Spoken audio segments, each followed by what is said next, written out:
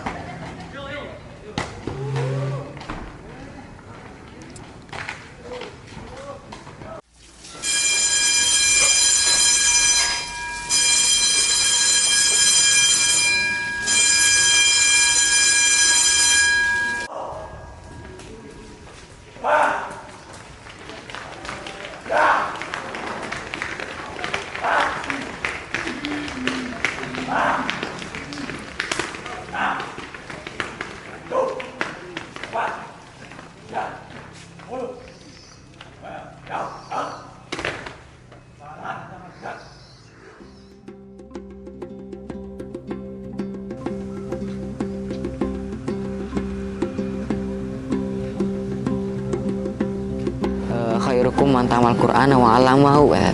Sebaik-baik orang yaitu yang mempelajari Al-Qur'an dan mengajarkannya. Nah, di sini saya ingin termasuk salah satu orang yang terbaik gitu, yang seperti Rasul gitu, yang mempelajari Al-Qur'an, menghafalnya gitu, mentadabbur ini.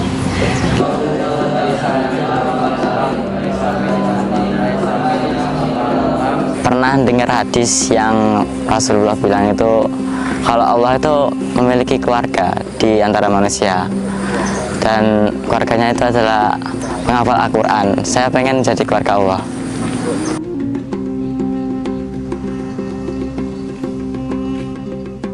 Bisa berbakti kepada orang tua dan bisa menyelamatkan orang tua ke dalam surganya Allah Subhanahu wa Ta'ala.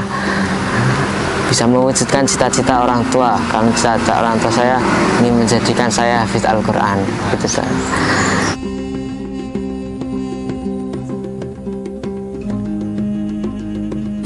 Ingin terjun di dunia tahfidz itu karena ingin menjadi ahlullah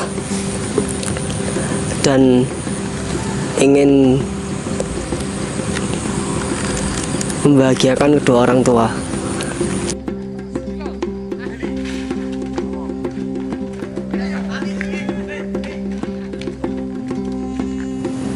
Alhamdulillah, kemauan sendiri. Kenapa? Karena saya ingin mentadabburinya dan mengamalkannya, insya Allah.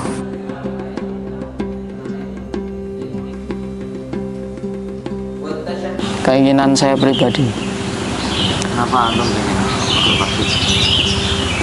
Karenanya ingin memberikan sebuah mahkota serta jubah kemuliaan kepada orang tua pada akhirat kelak. Sebenarnya sebelumnya keinginan orang tua, tapi ketika saya dibujuk, dikasih tahu manfaat penghafal Al-Quran, dikasih tahu penghafal Al-Quran itu gimana, jadi saya semakin minat untuk menjadi hafid Al-Quran.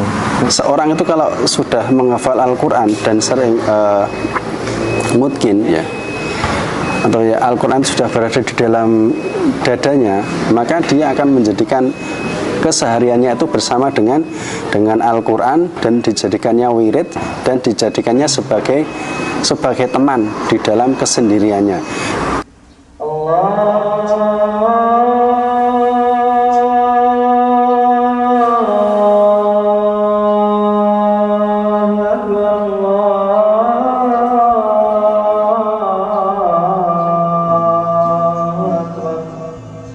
Cara saya menghafal Al-Quran, dibaca 10 kali,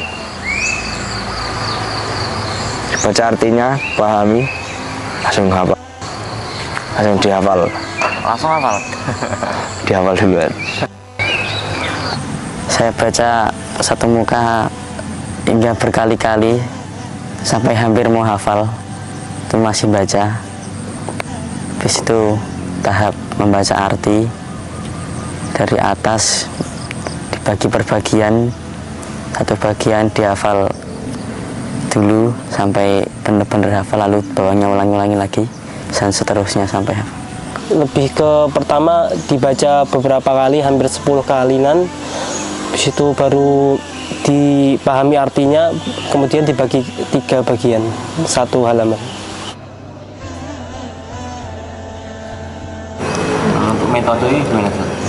Kalau untuk metode, setiap anak berbeda-beda ini. Menyesuaikan dengan apa metode yang cocok untuk diri mereka. Ada yang metode banyak membaca, kemudian ada juga yang banyak mendengar. Ada juga metode yang ditambahi dengan peraga, ini juga bisa. Maka metode-metode tersebut semua bisa digunakan tergantung keadaan masing-masing. 2, 3, 4, 5, 6, 7, 8. Jadi susah untuk memfokuskan. Jadi biasanya kalau saya udah nggak fokus, nyari aktivitas yang lain kan, kayak ya baca terjemahnya atau baca majalah gitu, sampai insya Allah udah kayak refresh otaknya. Saya buka lagi Al-Quran, saya coba lagi ngafal sampai fokuskan. Nah di situ baru cara mengatasi saya. Selama ini kendalanya kurang fokus saja. Cara untuk mengatasinya mungkin salah satunya harus diingatkan gitu. Ingatkan sama Muslim Falakoh biar fokus lagi.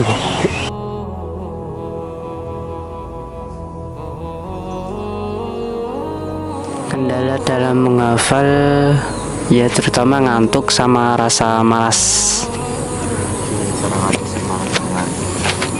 Kalau cara ngatasi malas tuh ya sih tinggal dipaksa. Kalau ngantuk itu wudhu ya insya Allah bisa lah. Belum ada kendala yang terlalu memberatkan saya. Ya paling hanya males sama futur aja. Cara mengatasinya refreshing, entah ke sambil roto, berenang, entah ke lapangan sepak bola, pulang sangat bagus sekali. Ya, Sangat sulit untuk fokus biasanya. kenapa Fokus. bagus? Ya, biasanya kalau saya menghafal ada teman yang datang ngejak ngobrol gitu, wah, itu kendala saya. Jadi saya biasanya mengatasinya pergi ke mojok, terus menghadap ke kiblat dan ke tembok, terus saya mencoba fokus sampai hafal Al-Quran. Permasalahan yang sering terjadi ini adalah sering kurang fokus ya di dalam menghafal. Ini bisa beberapa faktor. Faktor anak tersebut mungkin yang bisa jadi kurangnya semangat. Ada juga faktor yang kurang memahami tujuan daripada menghafal Al-Quran. Dan mereka berbeda-beda. Tentunya setiap masing-masing anak ini mempunyai karakter masing-masing. Jadi apapun keadaan mereka, yang penting kita tetap mengawal dan memberikan doa, insya Allah cita-cita tersebut akan tercapai.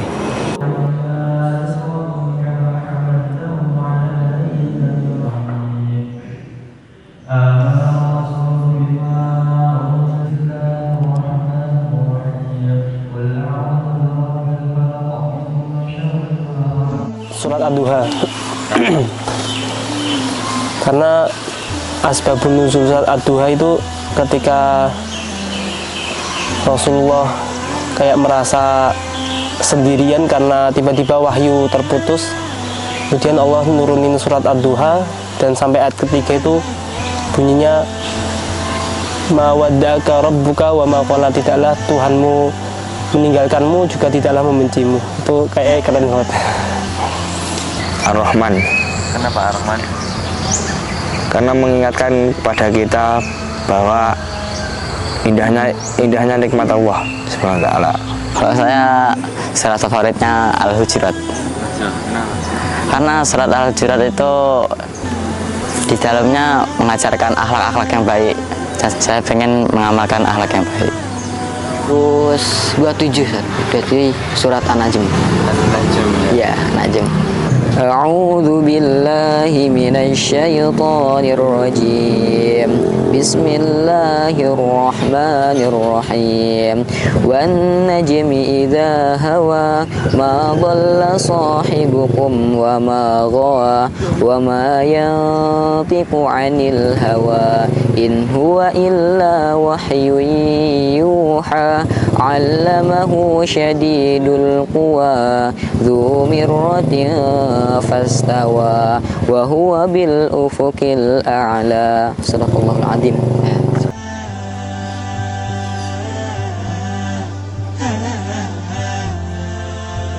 Dalam menghafal itu ada karakter surat, dan surat itu ada dua. Yang pertama, karakter surat yang ayat-ayatnya pendek, karakter surat yang ayat-ayatnya panjang. Kalau orang terbiasa dengan menghafal surat dengan ayat-ayat pendek, maka dia akan mudah menghafal surat-surat yang ayat-ayatnya panjang. Kalau seseorang terbiasa menghafal surat yang ayat-ayatnya panjang, maka dia akan kesulitan menghafal surat yang ayat-ayatnya pendek. Nah, ini harus dipahami dua karakter ini. Makanya dari keistimewaannya menghafal dari belakang itu seperti itu ya. Yang membuat saya tertarik masuk Al-Fadilah itu karena Al-Fadilah pondok tahfidz yang banyak lulusan dari Al-Fadilah itu rata-rata bagus-bagus dan hafidz-hafidz. Yang membuat saya tertarik masuk pondok Al-Fadilah karena pondok Al-Fadilah itu berbasis tahfidz, dan dari pondok Al-Fadilah kebanyakan lulusannya menjadi yang terbaik. Yang membuat saya betah di Al-Fadilah karena peraturannya tidak begitu terlalu menekan. Yang pertama, teman-temannya sangatlah fair dan baik semua. Yang kedua, para ustadznya sangatlah baik. Dan yang ketiga, suasananya sangat mendukung untuk melakukan kegiatan tahfidz Al-Quran. Ketika saya penat menghafal Al-Quran, ketika saya futur, ada teman yang biasanya kalau tidak waktu tahfidz mengajak saya untuk bermain bola voli. Jadi saya bisa melanjutkan hobi-hobi saya di rumah juga.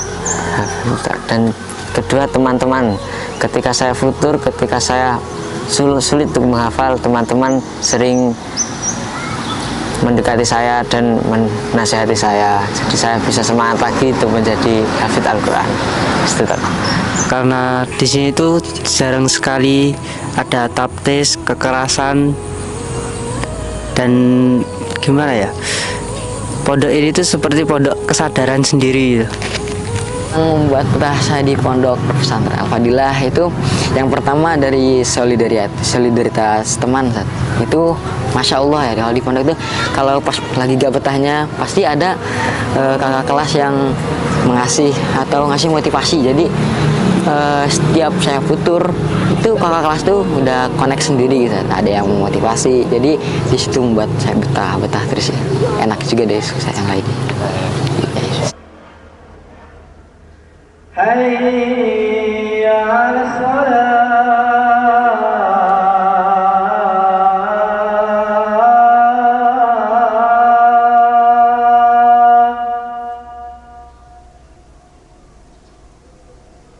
حي على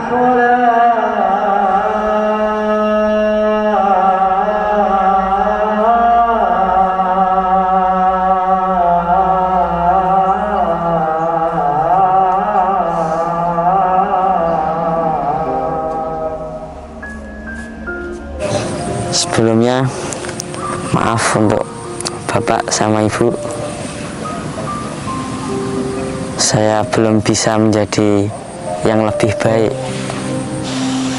Abi, Umi, di sini Ayas mau yang pertama minta maaf untuk semua harapan, juga cita-cita yang sebenarnya sederhana gitu, cuma Ayasnya belum bisa ngewujudin. Abi, Umi, terima kasih udah membimbing kami dari sejak kecil sampai sekarang. Pak, Bu, doakan saya untuk bisa menjadi hafid Al-Quran, dan berikanlah semangat selalu untuk saya agar tidak selalu futur, agar menjadi semangat lagi untuk menjadi hafid Al-Quran, karena saya ingin bisa menyelamatkan bapak ibu menuju ke surganya Allah Subhanahu wa Ta'ala. Dan untuk Ayah Umi, semoga selalu sehat terus, dilancarkan rezekinya, dimudahkan segala urusannya. Saya berterima kasih kepada orang tua yang telah mendidik saya ke tempat yang lebih baik dari sebelumnya, dan saya minta maaf kepada orang tua jika nanti saya belum bisa menyelesaikan hafalan Al-Quran. Semoga saya bisa mengamalkannya dalam sehari-hari saya. Saya berterima kasih sekali kepada kedua orang tua saya sudah memasukkan saya dalam pondok, dan semoga saya selalu istiqomah dalam menghafal Al-Quran.